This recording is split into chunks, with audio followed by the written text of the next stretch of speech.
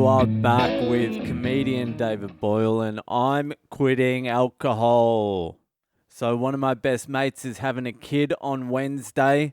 The doctor said no matter what, that fucking baby's coming out Wednesday. So he will be the first one of my friends to actually have a kid. I've spent 4.5 long years out there in the wilderness, being a dad on my own, fucking exploring the territory, while these other cunts squeeze every single last little bit of juice out of their youth. It's over. It was over 4 years ago, you idiots. And that's not encouragement for you to go out there and fucking have kids either. Most of you should never have kids. Most of you should take the COVID-19 fucking vaccine and hope it sterilizes you. The world would be a safer place if you did that.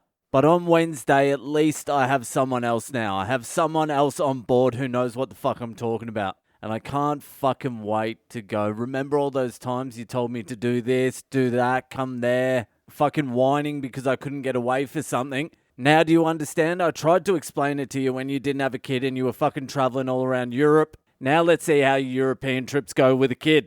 Anyway, I got a little bit carried away there. That's not what I'm here for. Today I'm here to give some advice to new dads. Specifically my mate, but Boyle's Pearls of Wisdom need a wider audience. So here's some Boyle's advice for new dads. And just for some context, the mate who's having a kid, if you've been listening to this podcast long enough, is the same mate that I was meant to be best man at his wedding, but I got drunk and called his future wife's dad a fucking Nazi cunt, and then got demoted from best man to guy who came to the wedding and wasn't really welcome.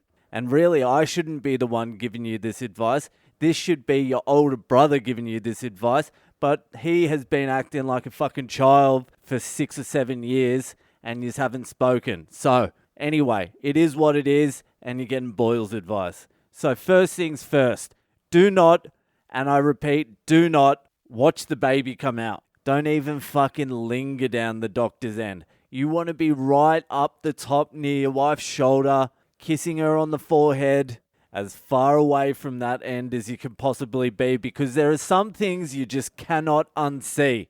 And I know you're like me, you're a little bit fucking squirmish.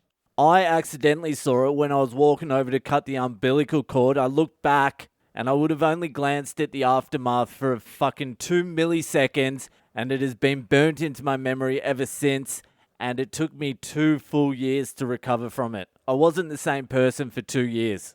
So whatever you do, just don't go down that end. Stay up your end. Stay where you belong. The next thing you need to know is, as soon as that baby's out, you're on the clock now. It's not the baby comes out, everyone celebrates, the doctors high five, and then you all congratulate each other and everyone goes home. Nah, that baby needs to eat every fucking hour to 2 hours for the next month. That's 24/7. That's not 9 to 5. That's not 8 to 4. That is 24/7.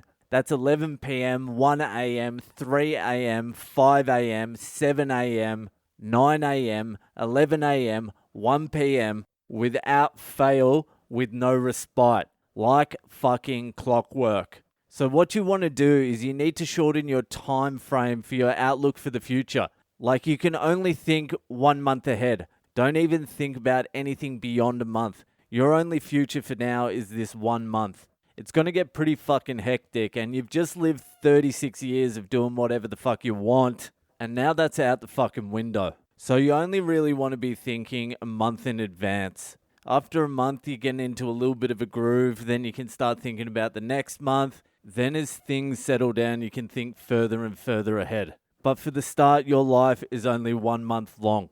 The next obstacle you're going to face is sleep deprivation. You need to work out a fucking sleeping plan. So for the first week or so, stay in the same room. When the baby starts crying for the feed, you get up, give it to the mum. The mum breastfeeds, you take it back, do whatever you need to do because she's going to be pretty banged up. She's not going to be able to do anything herself or much herself. So you do that for the first week or 10 days or however long it takes her to start feeling a little bit better.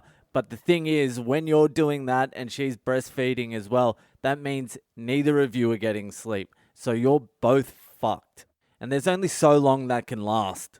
There is no point both of you being fucked, and it's really not good if both of you are fucked. So what I did was, after that first week, 10 days, I moved out of my room and my wife took care of the nights. She did everything in the nights, all the nappy changing, breastfeeding, everything. I went to the couch and I slept most of the night, so I was getting decent sleep. And then once I woke up in the morning, then it was Boyle's time to shine. I took care of the day. So you wake up, you take the baby off your wife, let her get an hour, hour and a half sleep, because that's all she's going to be getting, because the baby needs to fucking feed again. It's a fucking nightmare. So all your job is really to be a little bit of a buffer between the baby and your wife. Your wife needs to get some sleep so she can heal, but she's only going to be getting those fucking 1.5 hour, 2 hour blocks of sleep at best. So that's your job during the day. The baby will start crying again. You got to give it back to the mum to feed. Once it's done feeding, you change the nappies, try and get the baby back to sleep so you can have a little bit of a rest. It's all about getting the fucking hours of sleep into your wife, really. If she can get some decent sleep early on, it's going to make your life so much easier. This is probably the most important part of the whole thing, because you can't have two of you breaking down through sleep deprivation. Someone needs to be on the ball. So you probably want to have a little bit of a game plan for when you get back from the hospital with all that. What's next? Shitty nappies. Babies fucking shit all the time.